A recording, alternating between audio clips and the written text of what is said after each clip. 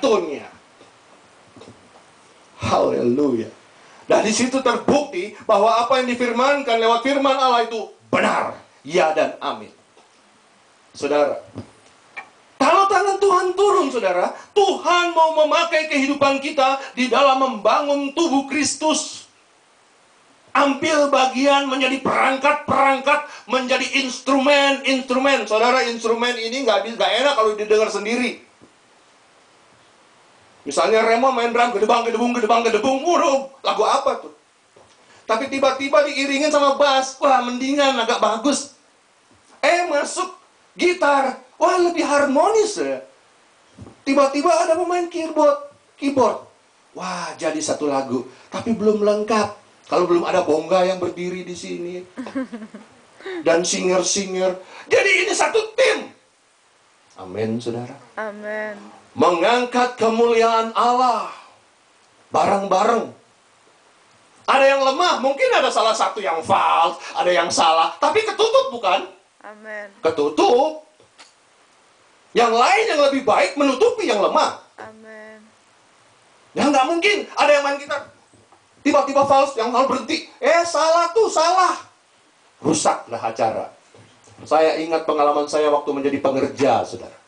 Masih menjadi pendeta pembantu. Di gereja kami dulu, musik nggak boleh kosong.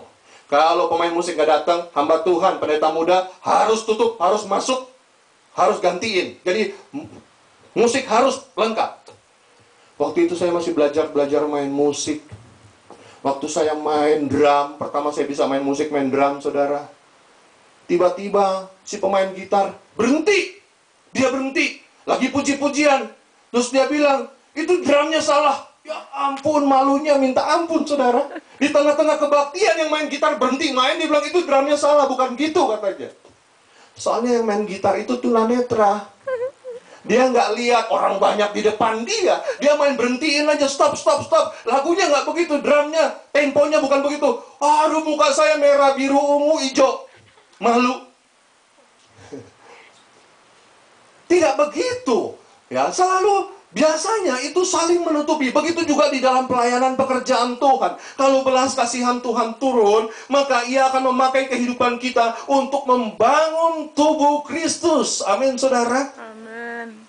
Dan kalau belas kasihan turun, Ia akan mengangkat kita dari ketenggelaman, kemerosotan kita secara jasmani dan rohani. Sampai waktunya Tuhan untuk mengangkat kita masuk kepada kerajaan Allah. Saudara, Musa, dia dilepas di keranjang, bayi yang gak berdaya. Dipelihara oleh Firaun, putri Firaun. Pada waktu itu Mesir adalah negara yang superpower seperti sekarang Amerika, saudara. Semua kepintaran ada di situ. Arsitek ada di situ, militer ada di situ, budaya sosial ada di situ. Dan Musa dipelihara di istana Firaun. Sebagai seorang putra yang dipelihara di dalam istana, keluarga istana, dia akan dididik dengan ilmu-ilmu yang ada di situ. Ilmu arsitek, ilmu membangun, ilmu sosial, dan lain sebagainya. Saudara tahu, apakah Tuhan sembarang naruh begitu? Tidak. Tuhan punya rencana, Musa akan memimpin satu bangsa besar keluar dari Mesir. Tetapi dia perlu belajar bagaimana untuk memanajemen bangsa itu, saudara. Semua ada di dalam rencana Allah. Hidup kita ada di dalam rencana Allah. Kenapa saya begini? Kenapa saya begitu? Bukan Tuhan tutup mata. Tuhan punya rencana yang indah. Kita akan melihat indah pada waktunya. Amin. Amin, saudara. Ada waktunya Tuhan. Mari kita mengalir dalam kehendak Allah, di dalam time, waktunya Allah. Terus ikuti waktunya Allah. Seringkali tabrakan sama kita. Waktu saya di sini, Tuhan bilang bukan situ. Masih jalan. Israel 40 tahun terputar-putar. Ada banyak rencana Tuhan. Tuhan ingin bangsa Israel terlatih untuk bertempur. Karena bangsa Israel tidak pernah belajar bertempur di perbudakan di Mesir. Itu satu. Karena mereka masuk Kanaan, mereka harus bertempur dengan orang-orang di Kanaan. Mereka harus belajar bagaimana bertempur. Yang kedua, Tuhan mau membersihkan orang-orang yang gak jelas di situ. Tuhan bangun satu generasi baru, generasi yang takut Tuhan. Hanya 2 orang generasi lama yang lolos, yaitu Yosua dan Kaleb. Ini adalah orang yang punya iman luar biasa. 10 orang bilang nggak bisa, yang 2 ini bilang bisa. Kenapa? Karena Tuhan beserta dengan kita. Dan Amin. mereka lah yang punya iman itu yang tembus masuk. Yang bilang nggak bisa, Tuhan Yesus sering katakan, jadilah seperti Perkataan. imanmu, perkataanmu.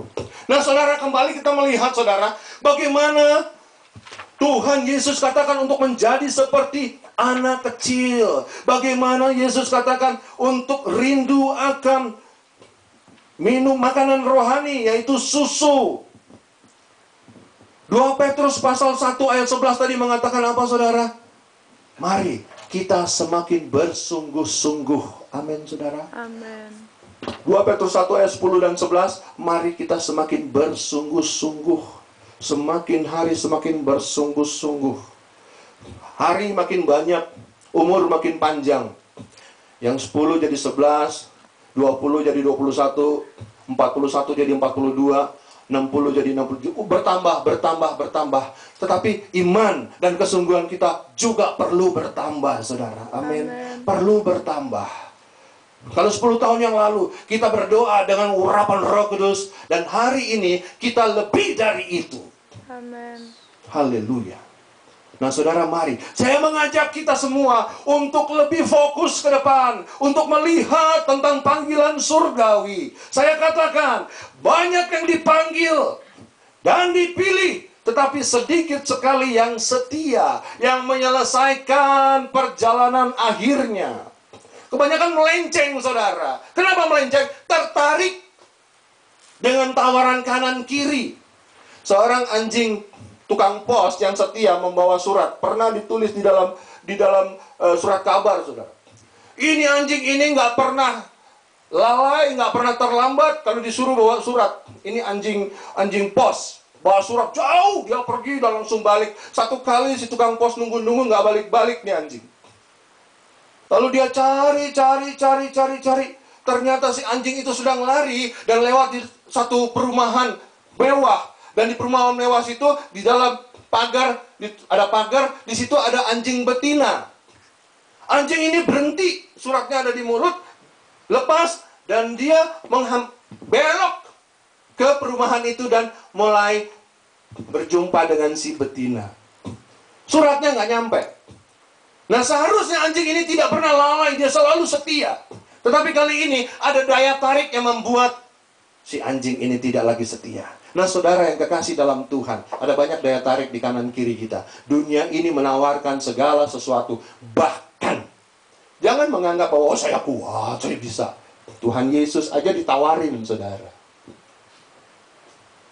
Matius pasal 4, Tuhan Yesus pun ditawarin, kamu mau tuh dunia itu, lihat, saya bisa berikan kepadamu. Kata si iblis. Tapi Yesus nggak mempan dengan tawaran itu. Amin saudara. Dia tidak terpengaruh, sebab dia tetap pegang firman Allah. 3 kali ujian, 3 kali pencobaan, semua dijawab dengan firman Allah.